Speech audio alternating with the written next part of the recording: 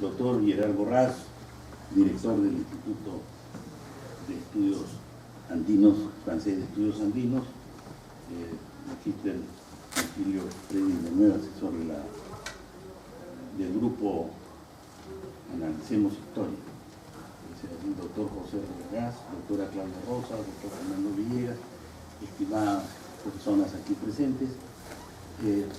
Como corresponde, quiero agradecer al grupo Analicemos Historia por este honor que me dan para comentar la presentación de los números 6 y 7 de la revista Síntesis Social. He sido testigo de excepción del esfuerzo que sus miembros han verificado para regalarnos la joya historiográfica que hoy nos convoca. Y no exagero, por lo menos de lo que yo conozco en los últimos tiempos, no he tenido conocimiento de un producto, de una revista de esta envergadura de lo que hoy día estamos presentando. Apoyarlos ha sido para mí una oportunidad de vincularme con el quehacer propio de quienes viven y sienten su carrera, desde estudiantes, graduados y laureados. Por eso, cuando fui invitado a colaborar, no dudé ni un instante en hacerlo, y ahora veo cristalizado este gran cometido con una revista que es todo un lujo desde su presentación y contenido, sin dejar de mencionar lo voluminoso que, por cierto, hacer una publicación desde las aulas universitarias resulta de un inmenso mérito. Dejando de lado su presentación y volumen, el contenido es de muy buen nivel académico y muestra una convocatoria universal con autores de distintos continentes y contenidos, sin dejar de agradecer las inmerecidas letras que me refieren en el editorial. Evidentemente, en esta oportunidad no podría darme el lujo de tratar sobre todos los temas de la revista. Solo lo haré sobre el primer tema, tratado sobre la historiografía de los anales y el referido a la monarquía católica, en el que se ha ubicado mi artículo. Sobre el primero, que brinda una visión, diría, panorámica de esta escuela, cuyo aporte a la historiografía del siglo XX es significativo. Tampoco me referiré a todos los artículos, tan solo quiero relevar la presencia de nombres como Carlos Aguirre Rojas, Alberto Flores Galindo, Carlos Barros, Gloria Cristina Flores Dávila, Neri de Barros, Daniel Romagnoli, Bastien Boza, Alberto Schneider, Joseph Dager, Gonzalo Parvi, Rebeca Noemí, Lourdes Teresa Washington, con la entrevista al maestro Pablo Macera, junto con los demás colaboradores, constituye un elenco digno de las mejores publicaciones del mundo académico que nos llena de orgullo. Y ocuparme del artículo de uno de ellos, el de Joseph Dager, para sintonizar con el tema de la historiografía. Joseph Dager, sus análisis y su huella en el Perú, que es su artículo, en que el autor, que por demás constituye uno de los mejores referentes de la historiografía peruana del siglo XIX, esta vez recorre a varios historiadores del siglo XX, haciendo un paseo temporal y personal desde Porras hasta Manuel Burga, pasando por Jorge Basadre, Pablo Macera, José Tamayo, Heraclio Bonilla y Alberto Flores Galindo.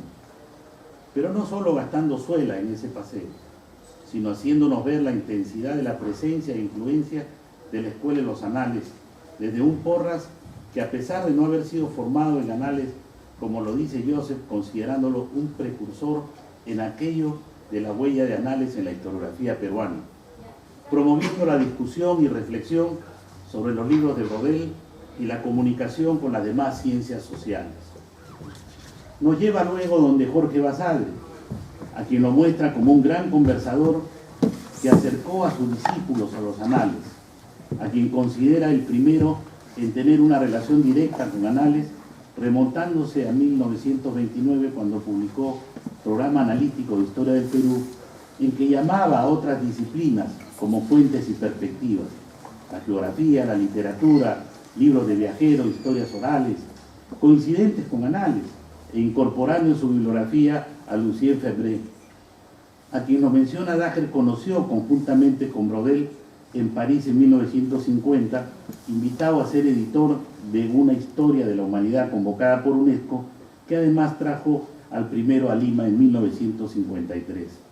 Continuó el trip con Pablo Macera, a quien considera que no puede afirmarse como tributario de Anales, en especial por un marxismo muy definido que en general caracteriza su obra, pero sus elementos económicos y sociales que utiliza lo acerca a esta escuela y nos cuenta de sus continuas referencias a los insignes como Bloch, Febret y Brodel. Luego nos hace ver a José Tamayo Herrera, denunciando su huella de Anales, cuya impronta muestra en su publicación Historia Social del Cusco Republicano, de 1978, como luces de una historia regional y su coincidencia con la escuela es el carácter social de su obra, alejándose de la tradicional historia política. Entre paréntesis, grave error. Luego viene Heraclio Bonilla, a quien ya tiñe de la influencia de Anales con su formación en Francia y su obra bien marcada en el ámbito social y económico y próximo a la historiografía marxista, que como Dager, tanto más que la Escuela de los Anales por el uso de las categorías marxistas. Termina con Alberto Flores Galindo y Manuel Burga, a este último baña de cuerpo entero en los Anales, convicto y confeso seguidor de Febret en su libro Martín Lutero, Un destino, con influencia de la primera generación y contactado personalmente con Brodel, a quien siguen sus demás obras incorporando la geografía, la demografía y demás conocimientos propios de muy largo tiempo brodeliano. Para terminar con Flores Galindo, a quien consideramos una de las mentes más brillantes entre los intelectuales del Perú, que Dager aprecia totalmente rociado en los Anales en su formación y producción, pero con una impronta marxista. Dager no se queda solamente en los representantes de la antropología histórica, sino que nos trae a quienes desde la historia han escrito, como Balcarce, Rostogorovsky, Espinosa, Pis, Ocio, Regalado, entre otros, con una especial referencia a Franklin Pis, a quien considero uno de los grandes historiadores peruanos, y su cercanía a los Anales por su vocación por los aspectos sociales y económicos del Tahuantinsuyo y el tránsito ahora por la larga duración y toma la visión holística propia de Brodel. De esta manera, tenemos en esta revista este artículo que, si bien tiene su origen en una conferencia, su importancia viene a complementar la obra de este historiógrafo que ya, como hemos mencionado, nos brindó su estudio correspondiente al siglo XIX con su historiografía y nación del siglo XIX, en que clasifica 4 etapas historiográficas: la individualidad histórica, las historias patrias, la teoría moderna y la antimodernista. Me quedo con la primera para ver cómo se ha hecho el Perú, pero hay que hacer a los peruanos, frase que acomodo, de la que Dager cita a Massimo D'Angelo y que Homo extrae, aplicable a los italianos del siglo XIX, que igual es para españoles.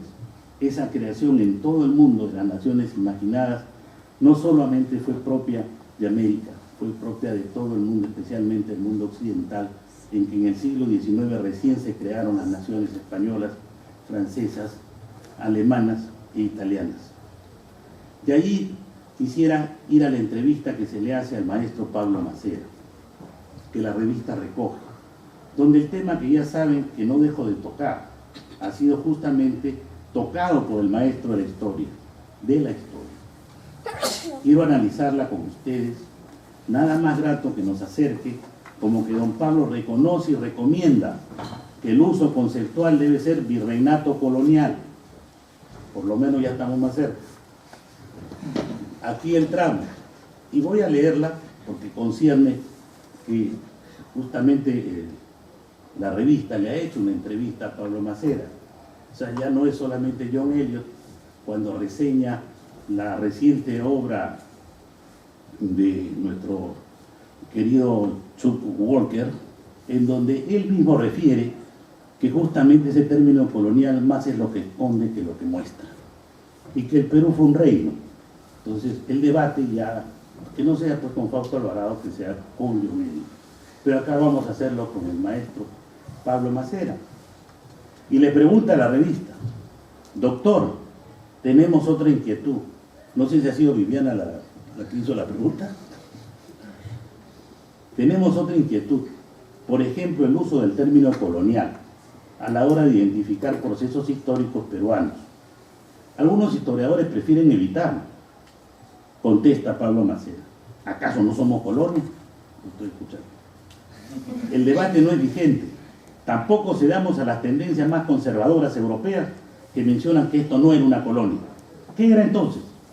O también diremos, como los ingleses, que no eran colonias, lo que tenían en el África. Ahí hay una falta de sintonía temporal, ¿no?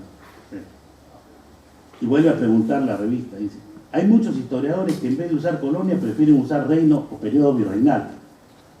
Contesta el maestro, ¿el virreinato del Perú era igual al de Nápoles o a los virreinatos que tenía España en el resto de Europa? Perdón, no era así. Por ejemplo, en los temas tributarios, lo que se recogía aquí era para pagar los gastos de la administración en España. ¿Cómo no va a ser una colonia entonces? ¿Qué era entonces? ¿Ya? ¿No es una colonia entonces? ¿Qué era? ¿Un reino?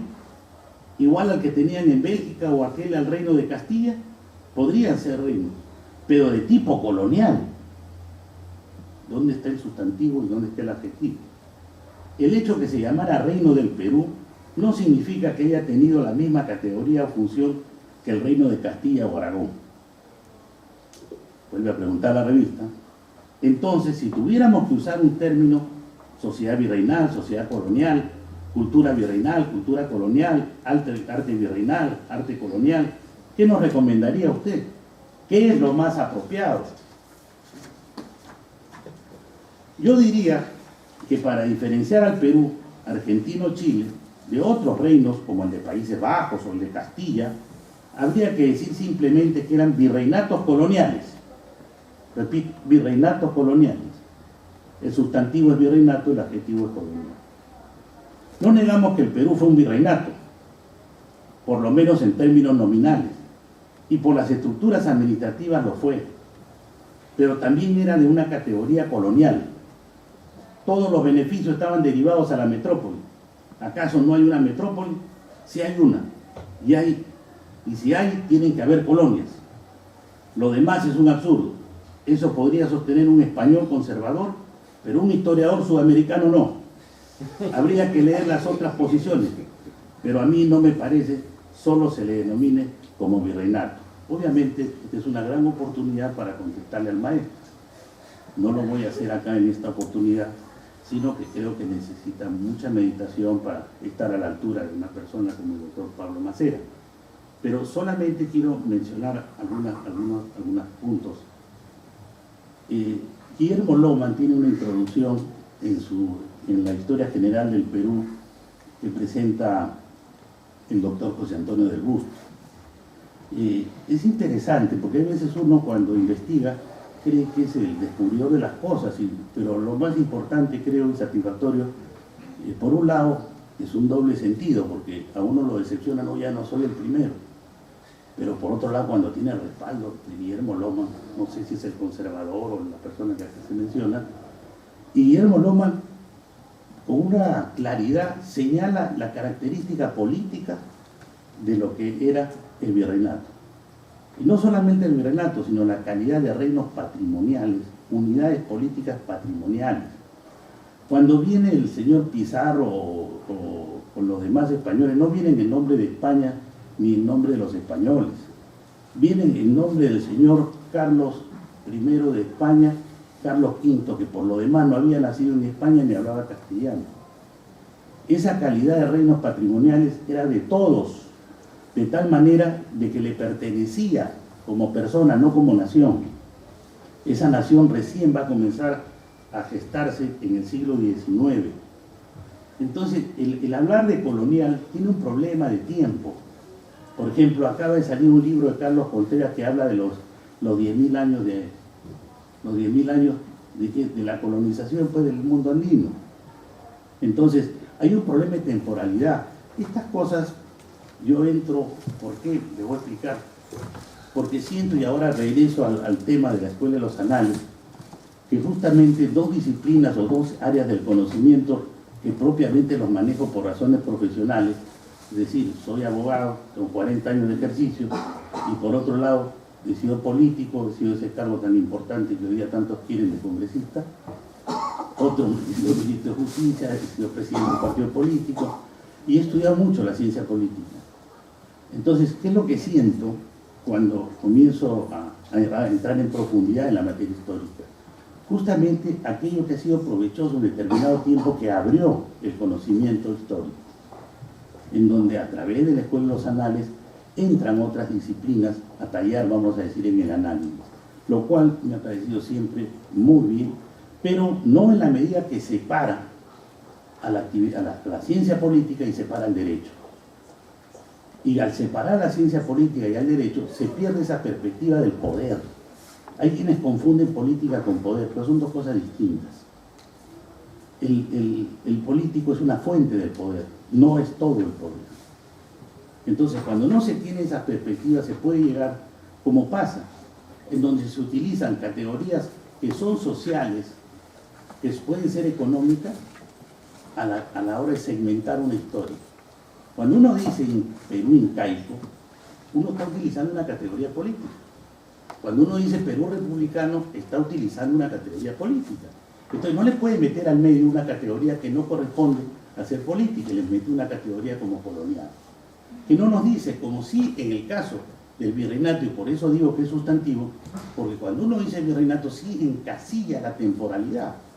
Y entonces podemos saber que es de 1542 y lógicamente sus antecedentes inmediatos del Tratado de Imperio que se produce hasta 1824.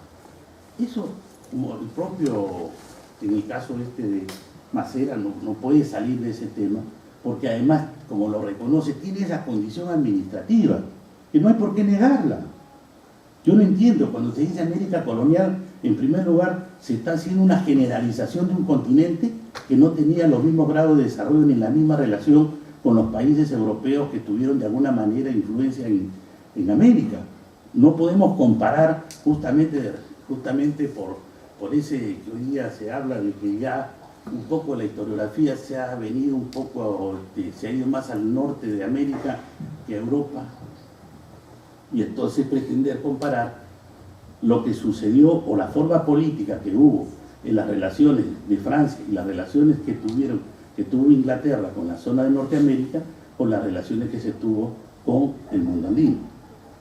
Yo no pido que no se diga, pero yo no estoy negando que hay formas de sojuzgamiento, de explotación, pero no me digan, pues si es que no hacemos una historia conectada, que a eso, lamentablemente, la corriente ha ido llevando poco a poco a un reduccionismo y regionalismo para entender solamente a partir de un solo punto, sin pensar que fuimos parte de una monarquía mayor, de una unidad política mayor de la monarquía católica, y que como tal también fuimos parte de toda la historia universal. Pero ese reduccionismo que se viene haciendo, terminamos pues estudiando historietas, que no quiere decir que esté mal, pero tampoco estamos olvidando eso. ¿Hace cuántos años, salvo el doctor Fernando Rosas, que no sale un historiador americano, peruano, vamos a llamar, que estudia la historia universal? No, cada vez nos reducimos más y nos reducimos más. En buena hora, eso de la microhistoria y todo ese tema tendrá sus lugares, pero también tenemos derecho a nosotros como ciudadanos del mundo, insertados en una unidad política insertada en el mundo, a también conectar nuestra historia y estudiarla como tal. Por ejemplo, hay cosas que a veces converso con personas y se admiran que uno le diga, oiga, los reyes no eran pues españoles. ¿Y por qué no lo voy a decir yo?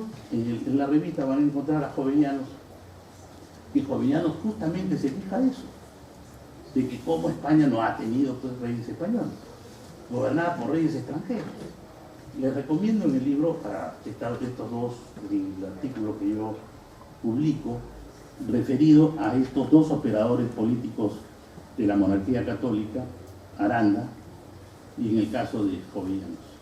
Pero que son personajes que ya se han hecho extraños y exóticos a la historiografía peruana, cuando sus decisiones de estas personas gravitaban también en el virreinato del Perú.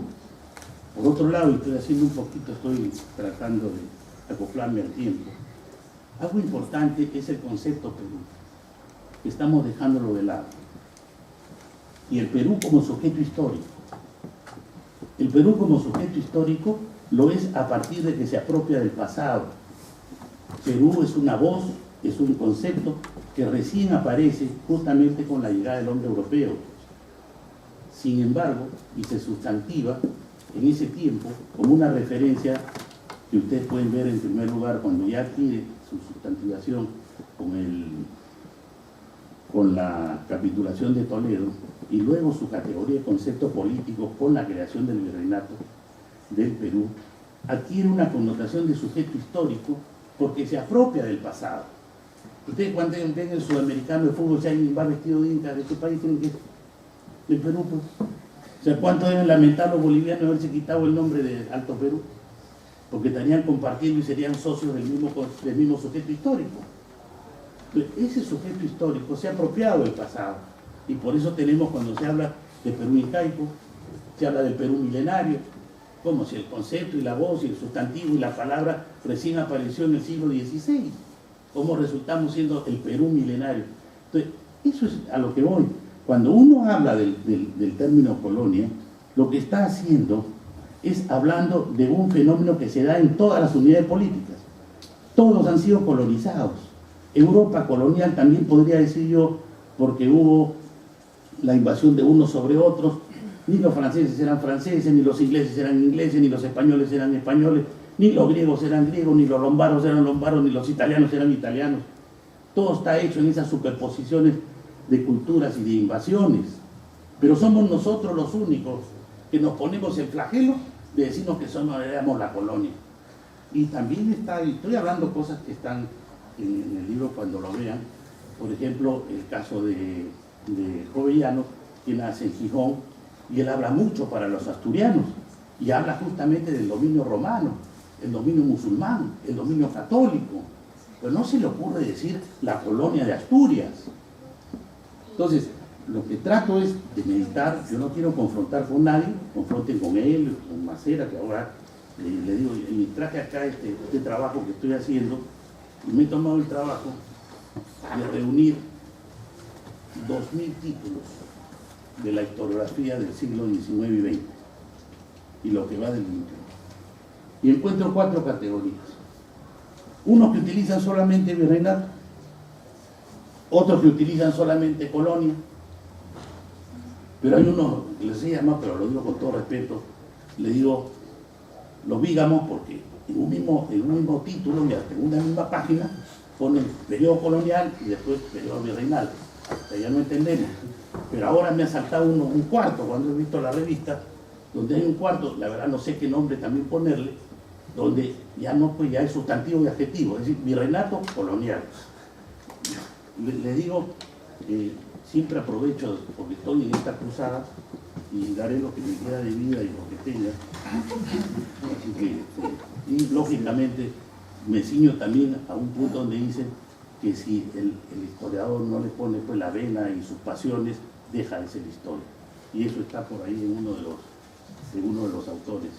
No tengo acá la mano, pero ahí lo encontrarán. Por lo demás, agradezco mucho esta oportunidad y la verdad para mí es un honor haber compartido mesa con el mismo José Ragaz, a quien le tengo más aprecio del que cree.